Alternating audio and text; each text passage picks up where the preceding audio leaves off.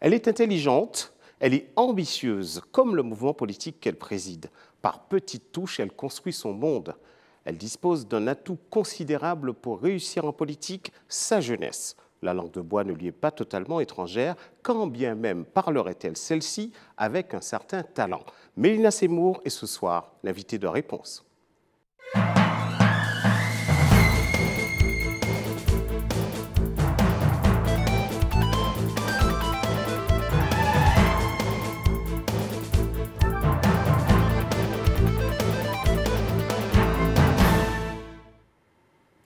Bonsoir, bienvenue sur le plateau de Réponse. Réponse, le magazine politique d'ATV Guadeloupe. Ce soir, notre invitée, Mélina Seymour.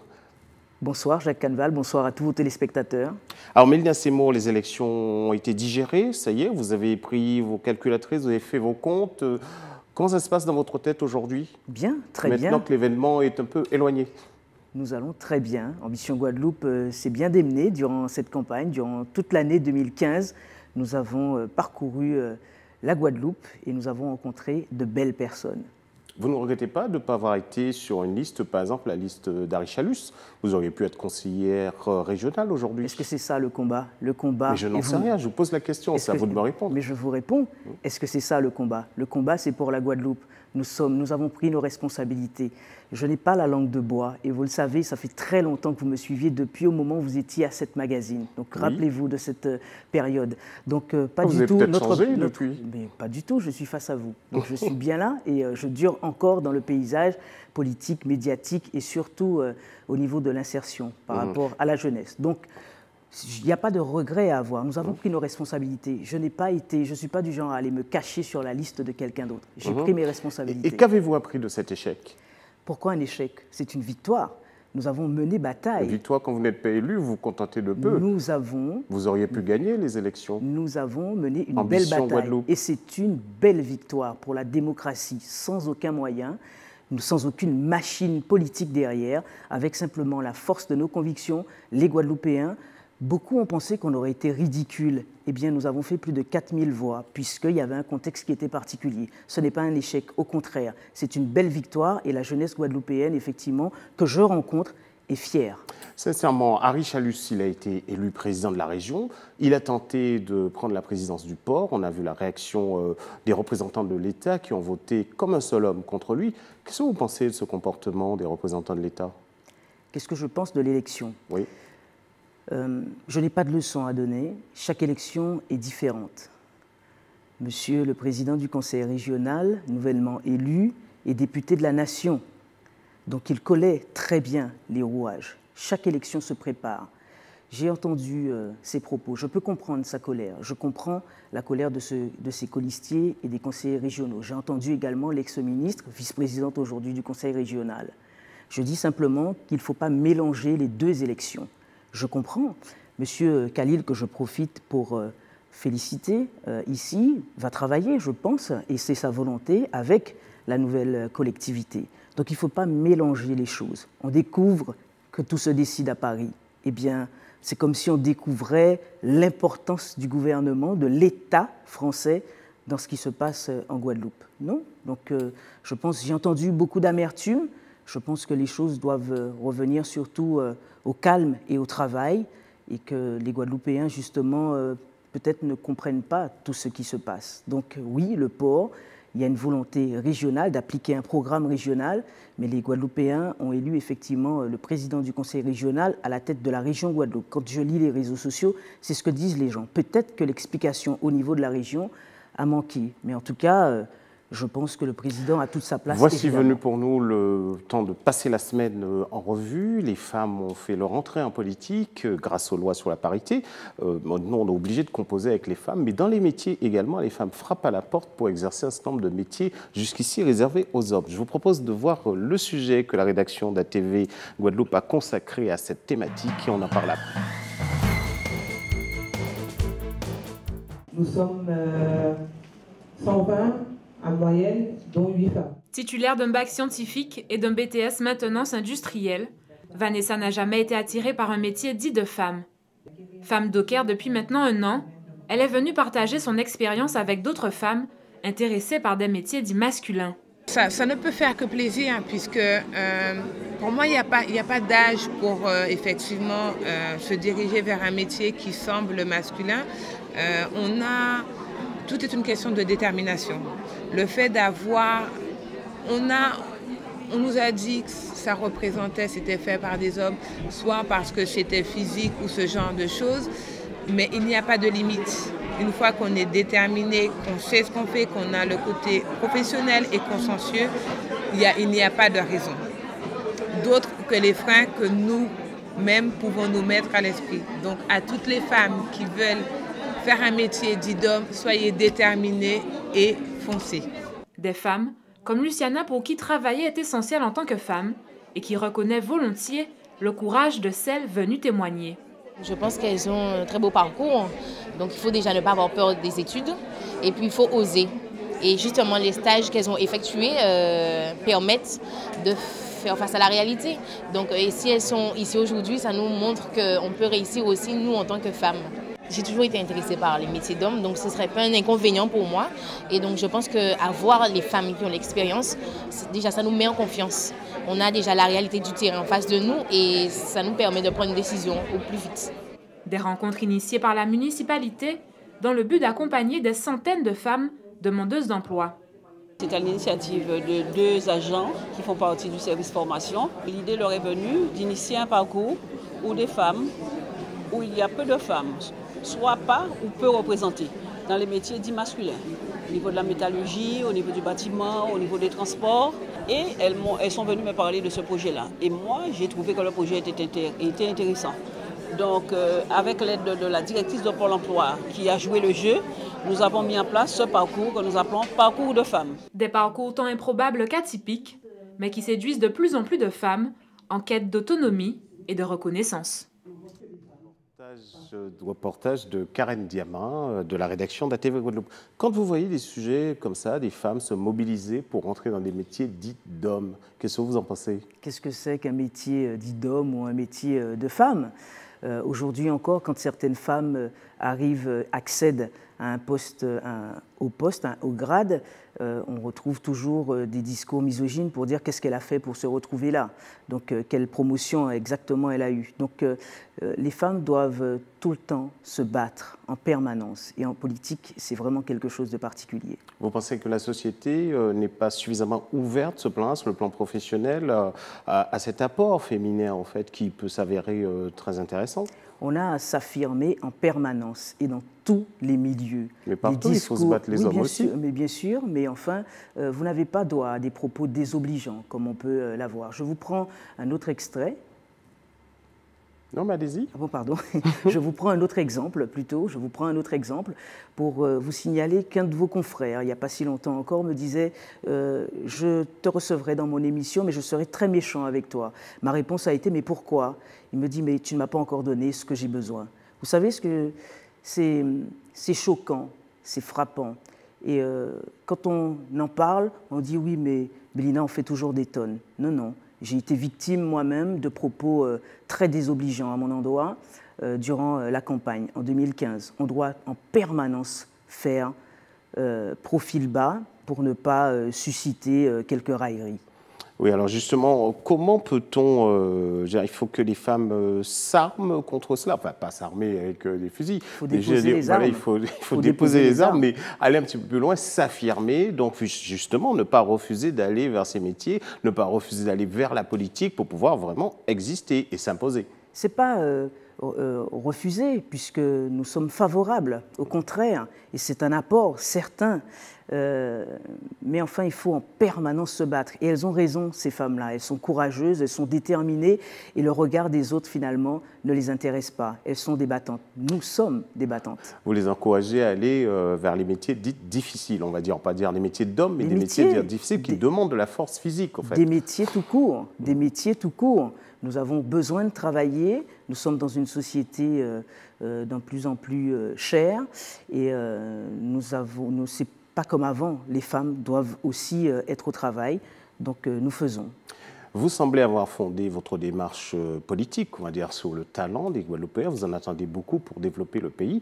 Et lorsqu'un Guadeloupéen nous rapporte le titre de champion de France, meilleur apiculteur de France, ça doit vous faire plaisir. On regarde le sujet et on revient avec vous en plateau.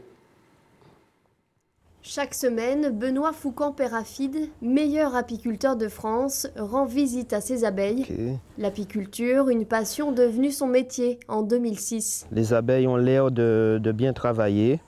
On sent que c'est assez actif quand même.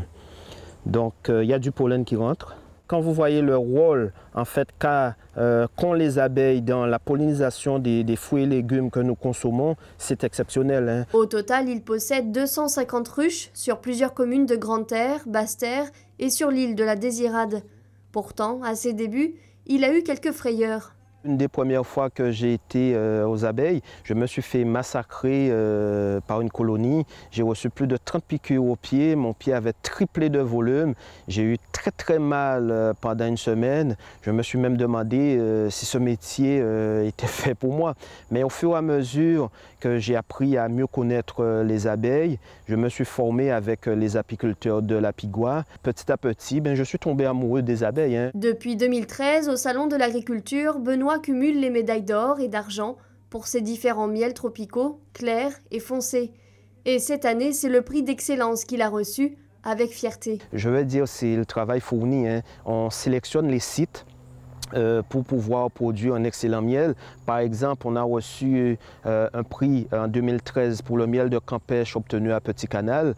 C'est vrai que cette année, le campéché avait bien fleuri, mais il faut aussi savoir, il y a des conditions de récolte. Il faut que le miel soit bien operculé. Plus un miel est bien operculé, plus vous aurez de saveur. Après, on a eu la chance d'être primé 3 années de suite, mais je vais dire, c'est le miel de Guadeloupe qui est bon en général. Parce qu'il faut savoir, sur 52 médailles de distribuées au niveau national, pour la section des miels tropicaux, la Guadeloupe en a remporté 39. 39 sur 52, bon, ça démontre, ça dit tout ce que ça doit dire. Ces récompenses l'encouragent dans sa démarche de qualité, puisqu'il souhaite avec ses associés obtenir un label d'appellation d'origine contrôlée pour la filière guadeloupéenne. Donc l'objectif de la filière apicole, de la Pigouat et de la SICA Miel Pays Guadeloupe, c'est de travailler pour avoir un label de qualité de type AOC ou IGP, ce qui permettrait de mieux valoriser le miel de Guadeloupe et d'augmenter en fait aussi les revenus pour les apiculteurs. En Guadeloupe, on compte une centaine d'apiculteurs, amateurs et professionnels.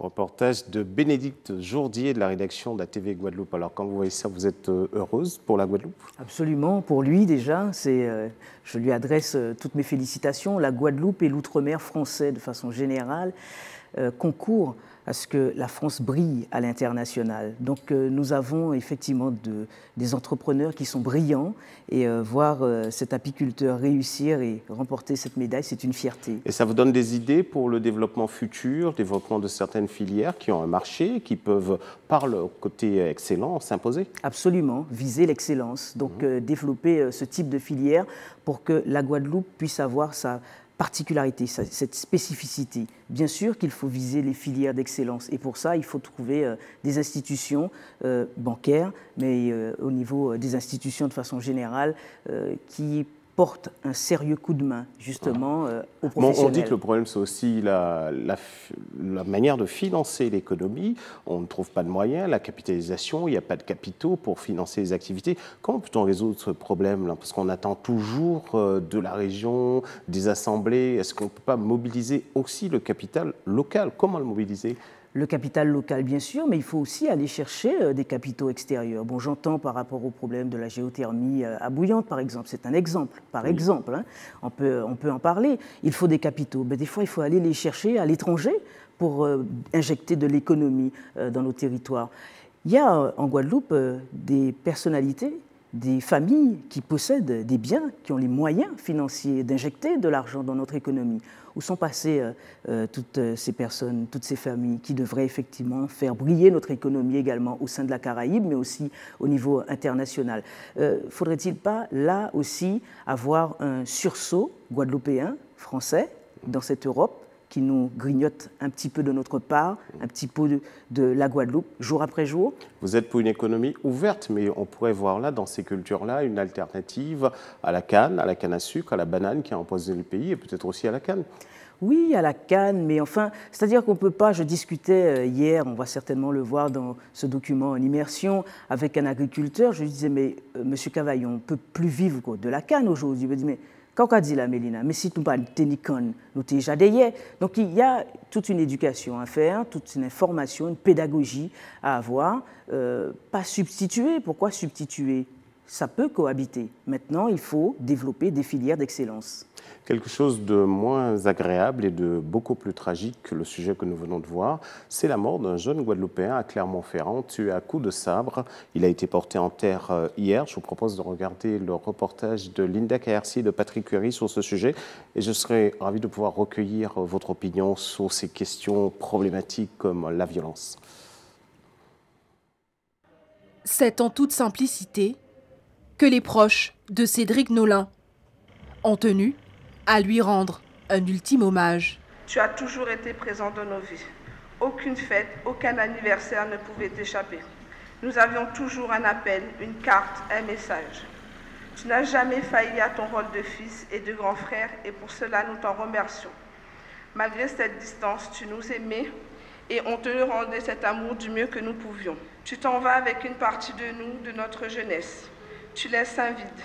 Il ne nous reste que ta musique, tes paroles et tes souvenirs. De là où tu es, donne-nous la force et le courage pour surmonter cette dure épreuve. Jette un œil sur nous. Mais pas paix, l'amour pas qu'à mort avec l'amour. Repose en paix, Cédric, ta maman et tes frères et sœurs qui t'aiment d'un amour inconditionnel.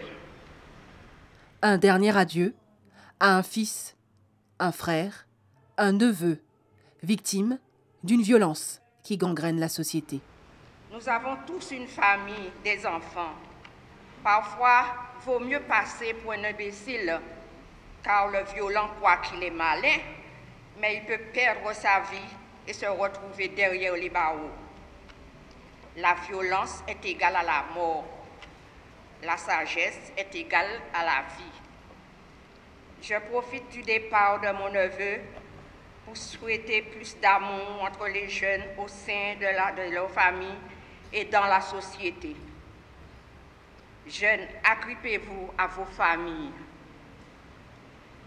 Au revoir, Cédric. Dors en paix. Cédric Nolin, qui avait quitté son île natale depuis 8 ans, repose désormais au cimetière de Bouillante. Il était âgé de 35 ans. Mais dans ces mots, quand on voit cette douleur prenante de familles guadeloupéennes plongées dans le deuil, que peut-on faire pour essayer de surmonter cette question de la violence? Je suis très touché, en tant que mère d'abord, et en tant que Guadeloupéenne tout court. Je profite pour souhaiter toutes mes condoléances à cette famille par rapport à ce drame. La violence gangrène nos sociétés, pas simplement la société guadeloupéenne. Nous sommes sur un petit territoire, évidemment, donc nous sommes bien plus affectés encore par rapport à ce qui se passe. Mais rappelons qu'il est mort en France hexagonale. Le manque d'amour, comme j'entends souvent, et puis moi aussi je le dis, dans notre société n'explique pas tout.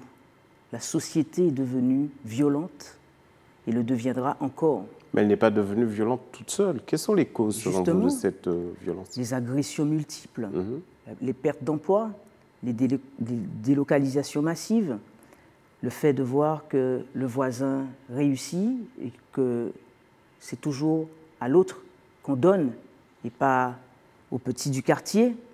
Je suis issu de la campagne. Là, souvent, les gens me demandent « mais d'où te vient cette force de conviction ?»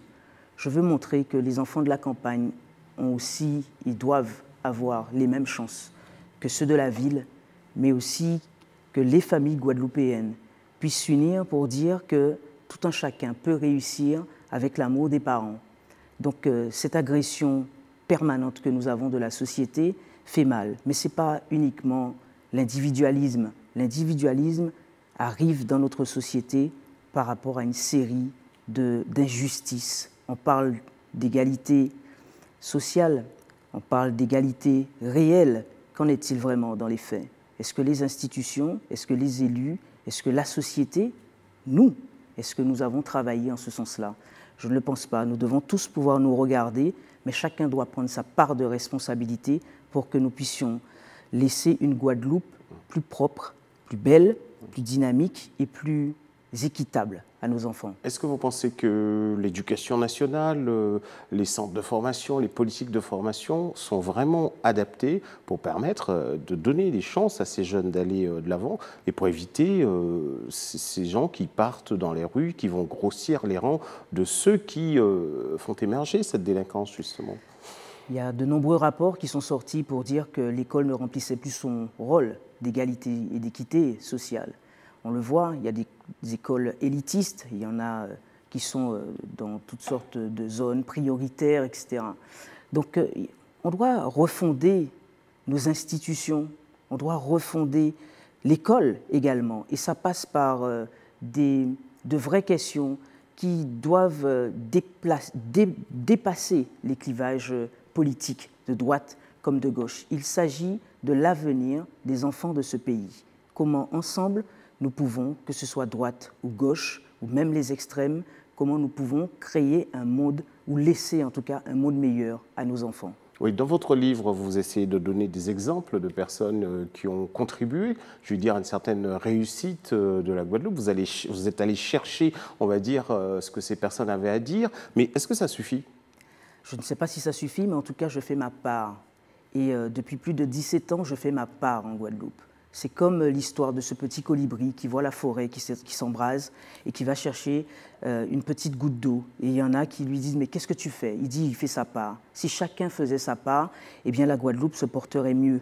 Donc aller chercher des jeunes qui ont réussi, des jeunes qui ne sont jamais partis de la Guadeloupe, qui se sont formés et qui travaillent, qui arrivent à trouver du travail ici, c'est tout à fait possible. Et ce n'est pas si compliqué. Il suffit d'ouvrir vos micros, vous le faites très bien à la TV, pour laisser la parole à ces jeunes-là. Nous avons une jeunesse qui est belle, qui est authentique, qui a envie d'aller plus loin. Maintenant, celle-ci n'est pas écoutée. Et comme je le disais en préambule, ce sont toujours les mêmes qui profitent des aides. Si nous parlons de justice et d'équité, eh bien cette justice et cette équité doit être ouverte pour tous, pour que nous puissions tous en profiter. Quand vous dites que ce sont les mêmes qui profitent des aides, mais est-ce que la jeunesse ne peut pas aussi se prendre en main? Ce n'est pas le cas. Quand vous me disiez tout à l'heure, quand vous preniez l'exemple, vous dites, mais si vous étiez allé sur la liste, par exemple, d'Harry Chalus, vous auriez été élu. J'ai 34 ans, j'ai mené campagne à 33 ans. C'est une forme de responsabilité. La jeunesse sait se prendre en main. Mais je ne parlais pas de politique, là. Je parlais, il y a quand même de possibilités, d'initiatives, des initiatives économiques, de se lancer, de prendre des risques, etc. Est-ce que les jeunes ont envie de prendre des risques? Les entrepreneurs sont jeunes pour ceux qui font dans les nouvelles technologies, dans l'artisanat. Il y a aussi peut-être un problème de transmission d'activités et de savoir et de connaissances. Mais les jeunes se prennent en main dans le bénévolat, dans le secteur associatif, au niveau du sport. Nous avons une belle jeunesse, celle qui brille à l'international. Même chez nous, elle se prend en main, que ce soit dans le milieu culturel, dans l'entrepreneuriat, dans tous les domaines, dans le milieu économique comme dans le milieu politique, la jeunesse se prend en main. Elle fait, et malgré tout, elle reçoit des coups de bâton, souvent des quinquagénaires. Voici une bonne question. Pourquoi? Coups de bâton, des coups de... Qu'est-ce que vous appelez des coups de... Développez, là, parce qu'on aimerait bien vous comprendre. Au moment où on dit qu'il faut déposer les armes, quand on parle de transmission, on ne trouve pas toujours les bons relais pour pouvoir faire cette transmission et aider justement la jeunesse à progresser. Il y a un conflit de génération, pas simplement chez nous en Guadeloupe, mais en tout cas c'est très présent. À partir du moment qu'un jeune veut entreprendre, on a le sentiment qu'il ne faut pas que les têtes dépassent et il faut couper les têtes. Cette jeune génération n'a pas envie de prendre... Je n'ai pas envie de prendre votre place, Jacques Canval. Moi, Mélina, ça vous sera difficile. Non, mais... Je me lève très tôt, le matin. Vous avez raison. Mais enfin, ceci dit, je n'ai pas envie de prendre votre place, je n'ai pas envie de prendre la place de quelqu'un d'autre. Je veux ma place dans la société. Le jeune Guadeloupéen, le jeune Français, le jeune, tout simplement, il veut sa place dans la société. Et malheureusement, on le fait vraiment... c'est difficile. Mais vous savez bien qu'on ne donne rien aux gens, il faut se battre, il faut mériter. Je ne dis pas de donner, je dis de transmettre. Je ne dis pas de donner, je dis de transmettre. Je dis d'accompagner. Accompagner. On fait l'école pourquoi? Donc la transmission, c'est important. Permettre, tenir la main à un jeune et lui dire « Bon ben tiens, je vais te transmettre mon savoir », eh bien, c'est une belle école. Et ça, c'est l'école de la vie. Vous pensez qu'il y a des élus, par exemple, qui auraient pu dire « Mais je ne me présente pas aux élections, je laisse la place aux jeunes ». Mais ce n'est pas « je laisse la place aux jeunes », j'accompagne les jeunes autrement. C'est ça, on ne demande pas de laisser la place, j'accompagne les jeunes autrement. On prend le cas de Madame le député maire du Moule, puisque je suis moulienne, je peux en parler. Donc voilà, elle pourrait accompagner. Qu'est-ce que vous nous dites, que Madame Carabin est trop vieille et pourrait laisser la place? Mais ce n'est pas du tout ça, je vous répète qu'on n'est pas là pour prendre la place de... Ce n'est pas la garantie d'un talent, Madame. On parle d'accompagnement. Oui. C'est vous qui me posez la question par rapport à la jeunesse. Donc je vous réponds, je parle de l'accompagnement, de la transmission. Comment évoluer et cheminer ensemble pour que nous puissions progresser. Je vous invite à marquer une pause publicitaire avec nous. On se retrouve dans un instant pour continuer ce débat avec vous dans Réponse.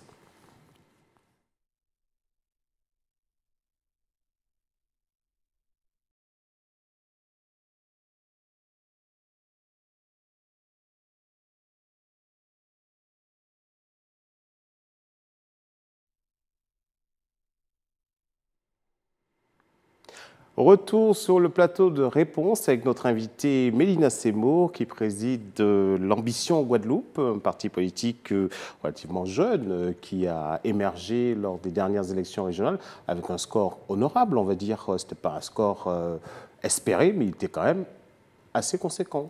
Oui, tout à fait. Enfin, au moment où les gens ne nous prédisaient même pas 500 voix.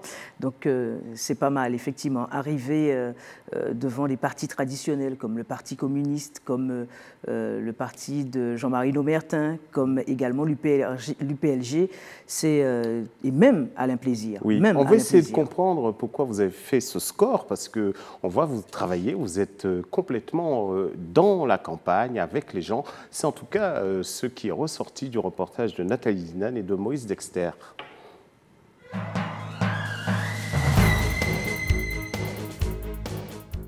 En fait, on l'audait à Maurice Allé, on l'audait à Salaison, à Vienne Cochon. En fait, on l'audait à Rome, on l'audait à Tabac. Et elle le revendique. Mélina Seymour est issue de cette terre des grands fonds au moule. De là, elle puise sa force. Et dès qu'elle en a l'occasion, elle échange avec celui qu'on surnomme le ciel, Joël Cavaillon, un puits de science et d'histoire. C'est quelqu'un qui peut apporter et qui apporte beaucoup à la jeunesse guadeloupéenne. La transmission, justement, au moment où on parle de transmission dans la culture, montrer qui Jean, yo t'es qu'à fait grand homme qu'on lit, t'es qu'à fait avant. Mais c'est ça la jeunesse, il qu'à transmettre la jeunesse au quotidien. Il qu'à faire patate comme ça. Maman, mets-toi là. Ça n'a pas même goût, il qu'à faire plus qu'il a fait à 5-6 kilos. Quand il nous présente tout ce qu'il fait, les piquengas, les gros patates, etc. C'est vraiment de toute beauté. Donc c'est important pour moi de garder les pieds sur terre, d'être enraciné, d'être chouqué dans notre Guadeloupe profonde. Dont la Grenat, la célèbre motobécane, fait partie. Proche de ses compatriotes, Mélina partage les joies mais aussi les peines.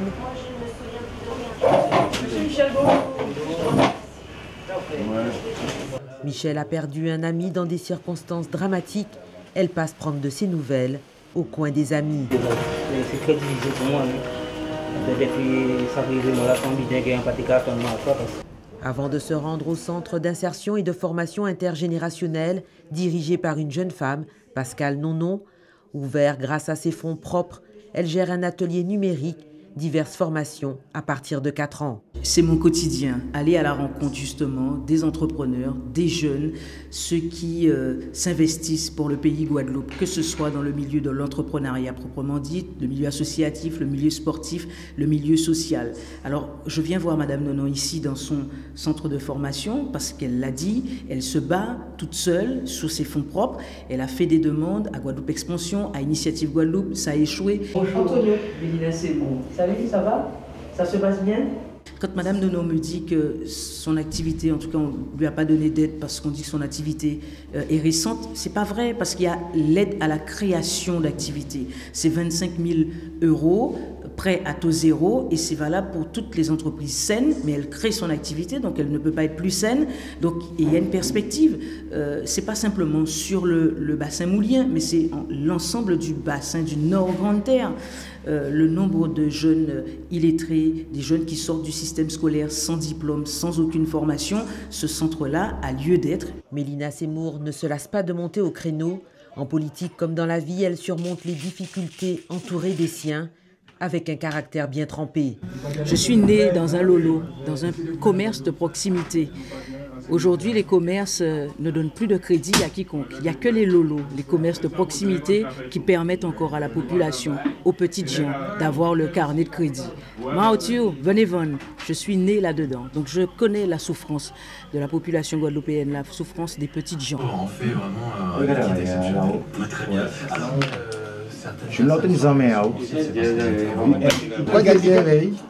je terminais ma classe de 3e et j'ai eu la chance d'être animatrice. Et c'est comme ça que ça a commencé. Ensuite, il y a eu les problèmes de violence et de délinquance dans les établissements scolaires, au lycée du Moule et dans les établissements de toute la Guadeloupe. J'ai pris conscience que nous, jeunes, nous n'étions pas suffisamment considérés, que la parole des jeunes n'était pas considérée du tout. Donc c'est à ce moment précis que je me suis dit, il faut aller de l'avant. Et depuis, son bâton de pèlerin à la main, elle est de tous les combats pour faire avancer sa Guadeloupe. Pour une jeune femme, maman, militante, la tâche est ardue. On doit sans cesse faire face aux avances des hommes qui se croient influents dans le pays. J'ai la chance d'avoir ma famille. J'ai la chance d'être en bon terme avec ma famille. Qui yo vle, qui yo pas vle, de toute façon, des fois je les mets devant le fait accompli, mais au fur et à mesure, ma mère qui n'apprécie pas du tout que je rentre dans ce combat-là parce qu'elle estime que le combat est trop violent. Je crois qu'elle a compris que j'ai une mission à accomplir. Une mission de défense des plus faibles, mais aussi des artisans qui participent au développement et à la promotion du territoire.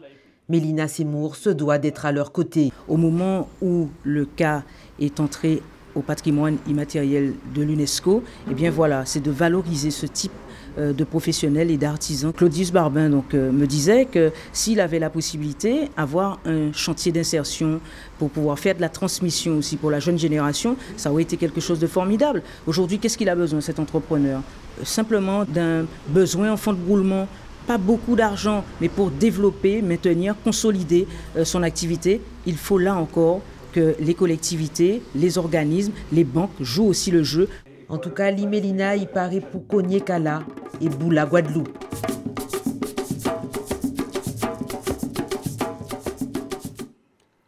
Mélina Seymour, on a vu que la politique, la femme, elle existe, sa famille, comment elle fait pour essayer de mettre tout cela en adéquation? La famille. La famille, c'est le socle. Si j'avais pas mes parents, mon père, ma mère, mes sœurs, ma sœur Sylvie, que je tiens à féliciter aussi pour son parcours à mes côtés, je ne serais pas cette Mélina Seymour, debout, assise là, face à vous aujourd'hui. Alors justement, la jeunesse, que peut-on faire pour cette jeunesse? Déjà sur le plan économique, qu'est-ce que vous voyez la Guadeloupe faire pour permettre aux jeunes de prendre leur place dans la société? Alors, puisqu'on parle de politique pure, moi, ce que je souhaite de la part de la nouvelle équipe régionale, c'est qu'elle puisse déléguer effectivement une équipe, pas une personne, pas un individu. Je ne suis pas en train de prêcher pour ma paroisse, en tout cas pas seulement. Vous proposez par exemple d'être délégué aux questions jeunesse. Si M. Chalice vous disait, ça y est, je vous nomme délégué régional pour la jeunesse, vous pensez que c'est une bonne chose? Je pense qu'au-delà d'avoir une personnalité, un individu... Non, mais ma question est claire. Mais je vous réponds, pour qu'on soit précis. Donc vous souhaitez une création de ce type pour vous permettre de vous occuper des jeunes au nom de la région? Je peux répondre? Oui, allez-y. Au-delà d'une personnalité, je pense qu'il faut une équipe. Il faut vraiment qu'il puisse y avoir une cellule qui soit déléguée aux questions de la jeunesse, pas simplement problématiques, mais aux questions. Et vous voulez présider cette cellule? Non, mais pas spécialement présider. Je vous dis, la diriger, je n'ai jamais prêché pour ma paroisse, simplement, je n'ai jamais attendu. Mais si on vous nomme, vous refusez? Je n'ai jamais attendu les collectivités pour faire. D'accord. Ce que j'attends. Mais bien sûr. Est-ce que vous refusez ou vous acceptez? Harry Chalus a pris un engagement devant les Mouliens le 10 décembre 2015, en reconnaissant que j'avais des capacités. Les discussions sont en cours. Nous sommes condamnés à travailler ensemble. Je rappelle qu'Ambition Guadeloupe, et pas simplement par la voix de Mélina Seymour, Ambition Guadeloupe a appelé à voter aussi pour l'équipe Changer d'avenir. Aujourd'hui, Ambition Guadeloupe souhaite travailler en collaboration avec la majorité. Mais justement, comment on peut s'articuler ce travail? C'est ça que vous ne voulez pas nous dire? Non, mais bien sûr que je peux vous dire, mais justement, c'est travailler en collaboration, c'est quoi? Puisque les questions de la jeunesse, c'est vraiment quelque chose qui me... c'est mon combat, c'est mon cheval de bataille. Nous, ce que nous proposons, c'est de mettre à disposition toutes nos compétences pour que la jeunesse puisse avoir une espèce, une cellule référente pour tout ce qui concerne les questions de la jeunesse, qu'on puisse dire allez voir un tel, allez voir telle équipe au niveau de la région. C'est vraiment, je pense, rapprocher aussi l'institution régionale de la jeunesse qui ne comprend pas toujours, qui est baladée ici et là. Je pense qu'il faut, pour pouvoir prendre en compte les aspirations de la jeunesse... Comment matérialiser cela? Il faut tout simplement... Les structures sont existantes, tu n'es pas obligé de créer des structures. Il y a des structures qui sont existantes. La région, tout simplement, il y a plusieurs structures qui peuvent accueillir une telle équipe pour pouvoir travailler, pour pouvoir déléguer des missions. Il faut pouvoir déléguer. La question de la jeunesse, on a le sentiment qu'une fois qu'on est élu, eh bien, on oublie tout. Ce n'est pas que l'entrepreneuriat. Moi, je ne veux pas simplement être dans une case où on me dirait, tiens, Mélina Seymour, on vous propose ceci, occupez-vous uniquement des jeunes entrepreneurs. La jeunesse, c'est un ensemble et ça part... D'accord. Si vous êtes délégué régional à la jeunesse, vous avez eu le président en ligne, vous m'apprenez quelque chose. Non, je dis, imaginons que vous êtes délégué régional à la jeunesse, que vous êtes nommé par Richalus, c'est pour faire quoi? Qu'est-ce que vous voulez exactement faire? Qu'est-ce que je veux exactement faire avec une équipe? Eh bien, c'est de permettre à la jeunesse, c'est de rapprocher l'institution régionale de la jeunesse guadeloupéenne qui ne comprend pas les rouages et qui ne comprend pas les mécanismes. L'idée, c'est de permettre aux jeunes de dire, bon ben voilà, tu as un projet, la région peut financer à hauteur de, ou la région n'est pas en charge de tel dossier, on va t'orienter. Orienter mieux les jeunes, pas les lâcher en leur donnant une adresse, mais en leur disant, en les suivant de A jusqu'à Z. Et il n'y a que comme ça, en prenant en compte les considérations des jeunes, eh bien que nous pourrons faire les choses. Matérialiser les choses, c'est avoir une équipe dédiée, chargée de toutes les questions. Ça va des loisirs jusqu'aux problématiques, jusqu'aux problèmes de l'illettrisme, jusqu'à tous les problèmes, des difficultés de logement, etc. que les jeunes rencontrent. Ne pas lâcher le jeune, l'encadrer, l'accompagner et prendre en compte son avis. C'est comme ça qu'on peut matérialiser les choses. Une sorte de ministère, qu'on revient au principe du gouvernement local qu'avait imaginé Mme Michon-Chevry. Oui, appelez ça comme vous voulez. En tout cas, c'est une vraie cellule dans le cadre du système français, puisque nous y sommes, dans le cadre du système français, dédié. C'est pas compliqué, ça, à faire dans la collectivité. Les structures sont existantes. Alors, si on fait ça pour la jeunesse, il faut le faire aussi pour les seniors, catégories. Je suis d'accord pour les seniors qui ont besoin aussi d'aide, qui se sentent aussi ballottés à droite, à gauche, etc., qui n'ont pas de référent finalement. L'élu est là pour mener la politique générale. Et pour l'élu, une fois que l'élu a fait son discours, il faut mettre en œuvre, et ça se fait avec des techniciens. Et donc, c'est à tous les niveaux, à tous les étages. C'est valable pour les seniors, c'est valable pour les jeunes, c'est valable aussi pour les entrepreneurs. Pour l'instant, je ne sens pas encore cette dynamique, mais ça ne saurait tarder, je pense. Justement, mais alors pour l'emploi, il faut créer l'emploi, il faut l'activité pour créer l'emploi. Quels sont les secteurs, selon vous, qui peuvent permettre de faire émerger des emplois pour les jeunes? Mais les niches d'emploi sont là, et on l'a répété, nous, durant la campagne. C'est le tourisme, c'est l'économie verte, c'est tourner la Guadeloupe vers la mer, c'est tous ces secteurs qui sont porteurs. C'est les nouvelles technologies, c'est le service à la personne. Les artisans peuvent bien en parler. Vous avez vu que j'ai été effectivement à la rencontre des artisans. Je fais un travail considérable avec l'association présidée par M. Franck Lasserre aujourd'hui, Ensemble pour l'artisanat, où ils souhaitent donner une autre image. L'artisanat, on dit que c'est la première entreprise de France. Donc là aussi, ils ont des propositions concrètes à formuler et j'espère qu'au niveau de la nouvelle collectivité régionale, en tout cas la nouvelle équipe, que cette équipe-là pourra aussi... Donc si je comprends bien, vous attendez la rémunération de votre soutien politique? La rémunération, non, absolument pas. Ce que je fais... Un retour d'ascenseur, en quelque sorte. Mais en politique, ça se passe comment? Quand on soutient un candidat, quand on soutient... N'ayons pas de langue de bois, ça se passe comment? N'ayons pas de langue de bois, comment ça se passe? L'équipe qui arrive au pouvoir demande à la petite équipe que nous sommes, Ambition Guadeloupe, comment on peut travailler ensemble, comment on peut vous aider à vous structurer. C'est tout à fait normal, c'est logique, il n'y a pas de mystère. Il y a des négociations avec Richalus en cours? il n'y a eu aucune négociation dans le cadre du deuxième tour. Aucune. Non, je ne parle pas du deuxième tour, je parle d'aujourd'hui. Aujourd'hui, les discussions ont commencé. Ah, ont commencé. Négociations, il n'y en a pas encore. En tout cas, les discussions ont débuté. Vous avez fait cette proposition, est-ce que la région est favorable à cette proposition qui consiste à vous confier avec d'autres, je dirais, une sorte de délégation pour s'occuper de la jeunesse? On demandera au président au moment voulu. En tout cas, les discussions Vous ne lui avez pas demandé? Les discussions sont en cours. On a commencé à échanger. J'ai d'excellents rapports avec les élus régionaux. D'ailleurs, nous avons le 2 avril à Moule, à l'Aquamoule, précisément une série de débats où des élus de la collectivité régionale, en l'occurrence M. Olivier Servat et puis Mlle Lino qui seront présents, et puis d'autres élus pour parler d'économie, évidemment, à partir de 15h. Donc les téléspectateurs qui regardent pourront venir rencontrer aussi les élus pour parler économie, pour parler politique aussi. Donc nous avons d'excellents rapports. Les discussions ont débuté. Nous sommes condamnés à travailler ensemble. C'est peut-être que M. Chalus ne voit pas les choses de cette manière. Je ne pense pas. C'est un homme de parole. Je pense qu'il s'est engagé auprès de toute la population. Et la population regarde effectivement chaque fait et geste. Moi, je lui fais confiance là-dessus. Et vous ne craignez pas que les gens puissent dire mais ça y est, Mélina Seymour, qui est quelqu'un qui porte une parole forte, ça y est, on lui a donné, bon, excusez-moi, je ne veux pas être désobligeant, mais on lui a donné un os et elle ne dit plus rien. Ça fait 17 ans que je parle. Même si certains de vos collègues disent oui, mais Mélina, elle nous gave. Non, non, je suis là. Je suis là, ma parole, justement, au moment, et je veux vraiment le dire à vos téléspectateurs, au moment où je ne pourrai plus rien dire à Richalus sans que on ne puisse pas parler, justement, sans langue de bois, je m'en irai, très simplement. Vous savez, je ne fais pas partie, je veux le dire, je ne fais pas partie de ceux qui lui envoient un SMS sans arrêt, même si sa cravate est mal arrangée, pour lui dire « Président, vous étiez super ». Si c'est ça qu'il attend de moi, ce n'est pas la peine, ce sera non. Très bien. Alors, elle nous a écoutés avec attention. Sous son sourire se cachent des questions pointues pour lesquelles elle attend des réponses précises de votre part. J'ai nommé notre consoeur Karen Brun de l'hebdomadaire Nouvelle Semaine qui va nous rejoindre à l'instant.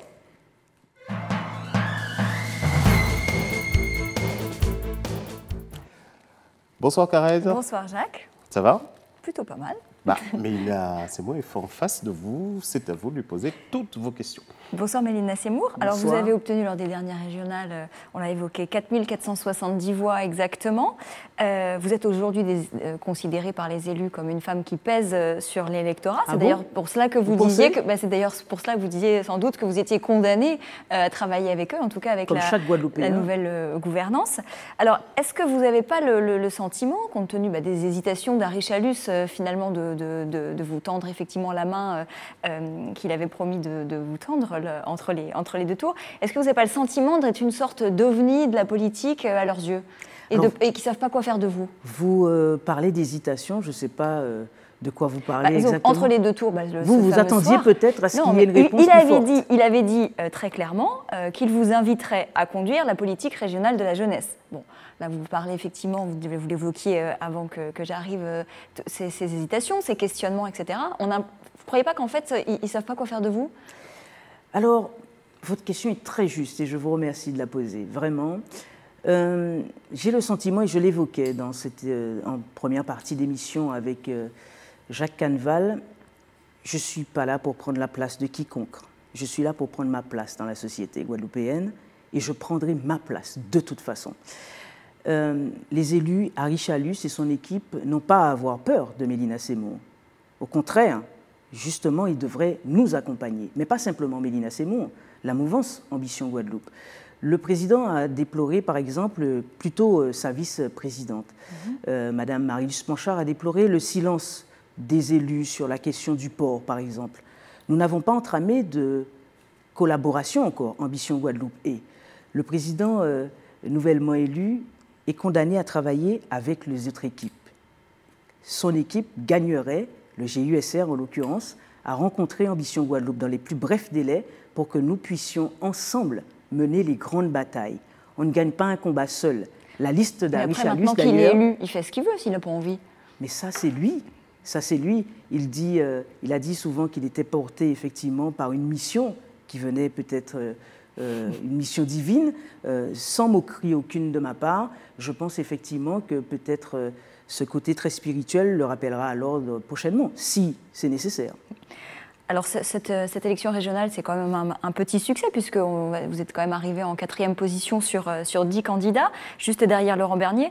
Est-ce que malgré tout, on ne prend pas un peu la grosse tête après un petit succès comme celui-ci? Dans le reportage, je disais effectivement que j'ai été élevée à la campagne. Je suis une fille de la campagne. Vous savez, j'étais journaliste comme vous. J'aurais pu avoir la grosse tête quand j'étais encore, pardonnez-moi, mais dans une autre chaîne où j'étais devenue très populaire en Guadeloupe. Ce n'est pas le cas. Je ne suis pas là pour ça. Et je le disais, j'ai ma famille sans arrêt qui me tire les oreilles. Quand j'arrive à la maison, maman, oui, tes émissions, on l'a déjà vues. Là, on veut notre maman. Et c'est ça ma force, le fait d'avoir les pieds ancrés sur terre. Donc le petit succès, non, c'est un succès pour la Guadeloupe de dire effectivement qu'il y a des jeunes qui prennent leurs responsabilités et qui y vont. Et pour information, certainement un scoop, je vais certainement quitter la présidence d'Ambition Guadeloupe aussi parce que je ne suis pas attachée. J'ai créé Ambition Guadeloupe. Donc je serai encore dans Ambition Guadeloupe. Donc juste en tant que militante. Mais bien sûr, je serai certainement dans le bureau, bien sûr. Mais je veux dire, je ne reste pas attachée à ça. Ce n'est pas important. Ce sont les actes qui comptent. C'est parce que vous allez quitter la présidence aussi, parce que vous n'aurez plus le temps? Vous allez être appelé à d'autres activités? Non, pas du tout. En tout cas, pas au moment où je vous parle, pas au moment où je suis sur votre plateau. Je pense qu'il faut tourner. Il faut aussi permettre à d'autres, au sein d'Ambition Guadeloupe, les gens disent oui, mais Ambition Guadeloupe, ce n'est que Mélina Seymour. Non, pas du tout. Ambition Guadeloupe, c'est une équipe. Il y en a qui sont partis, il y en a d'autres qui sont arrivés. Voilà, ça change sans arrêt parce que c'est aussi la vie. Mais Ambition Guadeloupe, c'est un parti et je salue tous les membres de mon équipe. Alors vous répétez souvent, je fais ma part, je vais prendre ma place dans la société et dans le débat. Mais concrètement, ça veut dire quoi? Ça veut dire que vous êtes le porte-parole des opprimés du système? Absolument pas. J'ai entendu parmi les critiques qu'on peut me faire, Mélina Seymour n'a jamais rien fait pour la jeunesse, etc. Je prends Jacques Canval ici à témoin, parce que oui, vous êtes un journaliste et vous êtes observateur de la vie publique. Donc ça fait très longtemps que vous me suivez, donc les journalistes savent le parcours que j'ai. Je fais ma part dans la société comme chacun doit aussi faire sa part dans la société. J'aurais souhaité effectivement que chaque Guadeloupéen fasse de même, tout simplement. Alors on vous sent très, très critique et très lucide sur la situation du pays, mais d'un autre côté, on sent aussi chez vous comme une sorte d'optimisme débordant. Vous semblez placer une confiance aveugle dans la jeunesse et aussi les entrepreneurs pour relever les défis de demain. Est-ce que vous n'êtes pas un peu trop idéaliste pour être crédible? Je suis peut-être idéaliste, mais il faut de l'espoir. Si on n'a plus d'espoir, comment celui qui n'a plus d'espoir n'a plus de raison d'être?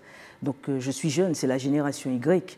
Bien sûr, je suis critique par rapport à ce qui se passe, mais c'est parce que j'ai le désir que ma génération change les choses. Et nous allons le faire. Est-ce que le rapport, je ne sais pas si vous avez eu le temps de lire les 418 pages du rapport de Victorin Lurel sur l'égalité réelle, est-ce que ce rapport vous donne des raisons d'espérer? Nous sommes en train de l'étudier très très attentivement. Je regrette simplement que M. Victorin Lurel, redevenu entre guillemets député, tout simplement, il a été ministre. C'est aujourd'hui qu'il nous sort ce rapport-là et qu'il veut nous faire un Big Bang. Donc il y a déjà suffisamment de violence, on ne veut pas de Big Bang, on veut juste de l'égalité. Alors vous avez écrit dans votre livre que vous tenez entre vos mains que lorsque vous étiez à ma place, donc sur une autre chaîne, vous sentiez frustré de devoir poser des questions et de ne pas pouvoir y répondre. Est-ce qu'aujourd'hui, vous avez vraiment trouvé votre place en politique? Est-ce que c'est plus confortable d'être l'invité qu'on passe sur le grill? Je passe beaucoup de plaisir, je prends beaucoup de plaisir à écrire maintenant, ça me fait plaisir. Vous voyez comment vos collègues sont méprisants parfois. Il y a un de vos confrères qui a dit que ce n'est pas moi qui ai écrit le livre. Vous savez, franchement, je trouve ça très méprisant. Peut-être parce que je suis une femme et en plus... Vous prenez toujours à témoin, madame. Mais bien sûr, parce que vous êtes un témoin de la vie guadeloupéenne. Je n'ai jamais dit ça. Non, pas vous. J'ai dit un de vos collègues a dit ça. Je prends beaucoup de plaisir à écrire, je prends beaucoup de plaisir à aller discuter avec les gens. C'était pas de la comédie tout à l'heure dans le reportage, je suis comme ça, aller discuter avec les gens. J'ai envie aussi, c'est peut-être pour ça aussi que je vais quitter la présidence d'Ambition Guadeloupe, j'ai envie de retrouver ma liberté de ton et ma liberté d'expression. Alors même si vous quittez la présidence d'Ambition Guadeloupe, est-ce que vous allez quand même tenter d'autres élections, les législatives par exemple? Vous avez envie d'y aller? Plus que jamais, mais pas les législatives. Je pense qu'il y a un temps à tout. Et ma mère, qui est ma première conseillère, me dit tu n'as pas vocation à aller à toutes les élections. J'écoute ma mère. Et la mairie du Moule, par exemple, vous vouliez succéder à Gabriel Louis Carabin? Les municipales sont un temps important.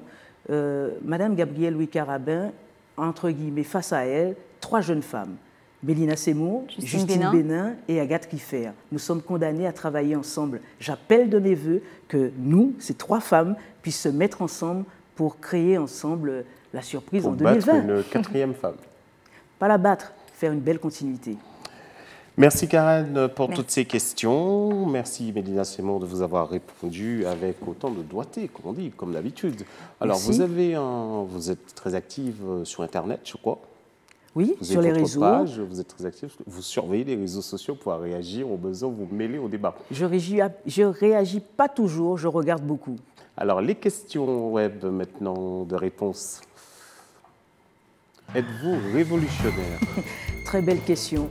Je me souviens qu'à ma première télé, le SRPJ avait appelé chez les parents pour me demander effectivement est-ce que je voulais faire la révolution en Guadeloupe. J'aimerais qu'on puisse faire une révolution des consciences et que nous puissions ensemble grandir. Donc vous êtes révolutionnaire?